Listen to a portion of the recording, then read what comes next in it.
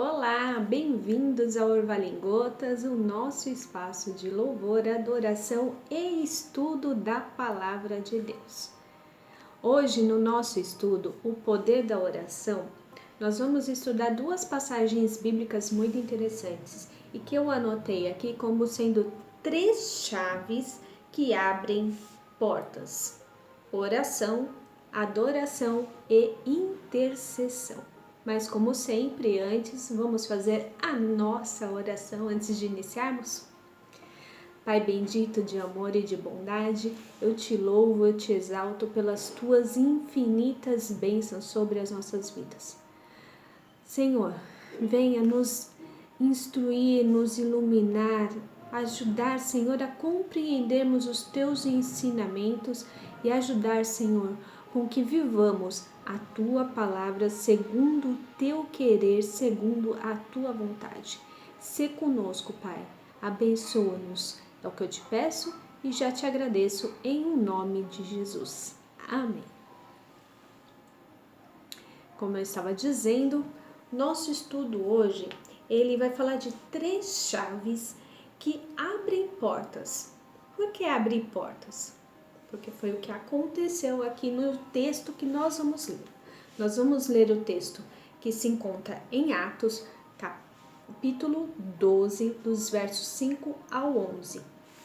Eu vou ler aqui na versão King James, que está escrito assim. Assim Pedro estava sendo detido no cárcere, mas a igreja orava fervorosamente a Deus em favor dele. E aconteceu que na noite anterior ao dia em que Herodes pretendia submetê-lo ao julgamento, Pedro estava dormindo, acorrentado a dois soldados com algemas presas a duas correntes, e as duas sentinelas guardavam o cárcere diante da porta. Subitamente surgiu um anjo do Senhor, e a sua luz resplandeceu na prisão.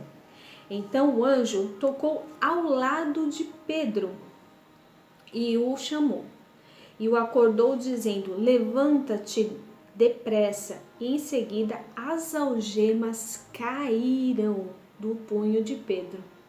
E o anjo continuou a orientá-lo: veste as tuas roupas, calça sua sandália. E Pedro assim fez. E disse-lhe ainda o anjo: põe a tua capa e segue-me. E ao sair dali, Pedro o seguiu, mesmo sem saber se o que estava acontecendo por meio do anjo era de fato real ou era algum fruto de uma visão. Todavia, passaram a primeira sentinela, chegaram ao portão de ferro que dava acesso à cidade e, passando, saíram dali caminhando. E ao longo da rua, de repente, o anjo se afastou dele. Quando Pedro percebeu, caiu em si e disse: agora eu entendo que sem qualquer sombra de dúvida o Senhor enviou o seu anjo e me libertou da mão de Herodes e de tudo que o povo judeu tramava contra mim. Aqui nós vemos duas chaves. Nós vemos a chave da oração e a chave da intercessão. Aqui o povo de Deus, a igreja, estava reunida orando em favor de Pedro. E se a gente ler um pouquinho mais para trás na história, a gente vai ver que não era só com relação a Pedro. Tiago também estava com uma sentença de morte. Então, estavam orando por Pedro e por Tiago. Pedro aqui ia ser apenas julgado, estava só preso, mas Tiago tinha sobre a sua cabeça já uma sentença de morte. E aqui depois, quando chega aqui no verso 17, aqui do mesmo capítulo 12, Pedro fala para avisar para Tiago que Deus o libertou. Ok, então nós vemos aqui que Pedro estava preso, Tiago estava preso e Deus mandou um anjo. Mas esse anjo foi em resposta à intercessão, que é a segunda chave, do povo de Deus. O povo de Deus estava reunido em intercessão em favor da vida de Pedro e de Tiago. E aqui são duas chaves importantíssimas. Quando nós nos reunimos em oração, em intercessão por aqueles que estão necessitados, Deus sim nos abençoa e responde a nossa oração. Nosso segundo texto, que também fala de uma prisão, se encontra em Atos, capítulo 16, a partir do versos 25 até o 33. Aqui em Atos 16 está contando a prisão de Silas e Paulo, já na cidade de Filipe, e está escrito assim: por volta da meia-noite, Paulo e Silas estavam orando e entoando hinos de louvor a Deus, enquanto os demais presos ouviam. E de repente aconteceu um terremoto tão violento que os alicerces da prisão foram abalados. No mesmo momento, as portas se abriram e as correntes que prendiam a todos se soltaram.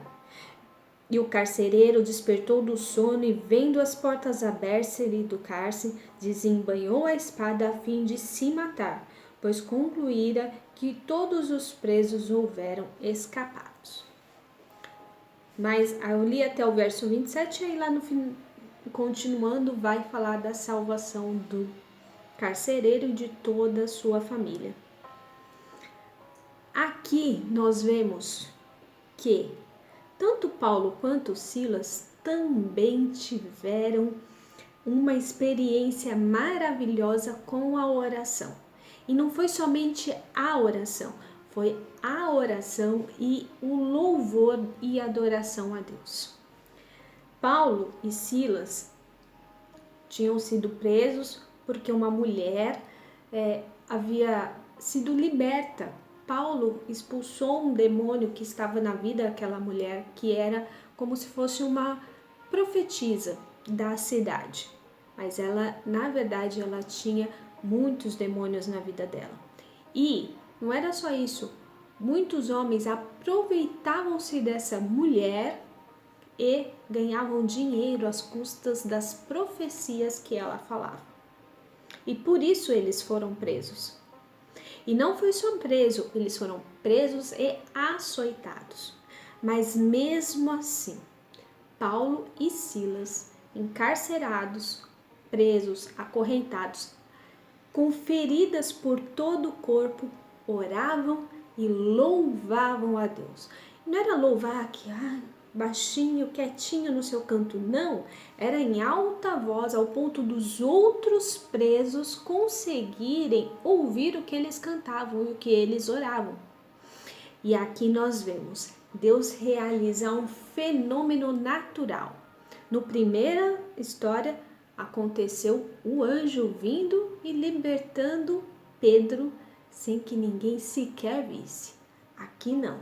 Aqui Deus realiza um fenômeno natural, um terremoto de proporções gigantescas que abala o cárcere. As cadeias, as portas da prisão se abriram e não foi só de Paulo e Silas, não, foi de toda a cadeia, ao ponto do carcereiro achar que todos tinham fugido. E ali, Deus liberta Paulo e Silas. E não só isso, Deus ainda leva salvação para a família do carcereiro e para o carcereiro, porque o carcereiro reconhece que foi Deus quem fez essa obra. Então nós vemos aqui a terceira chave, que é a chave da adoração.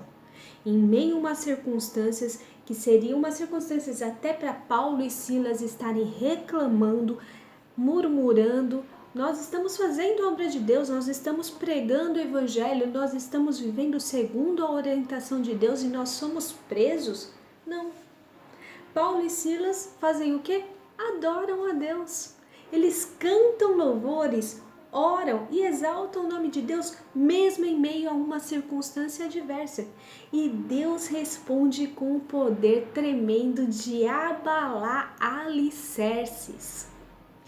Nós também temos acesso a essas mesmas chaves.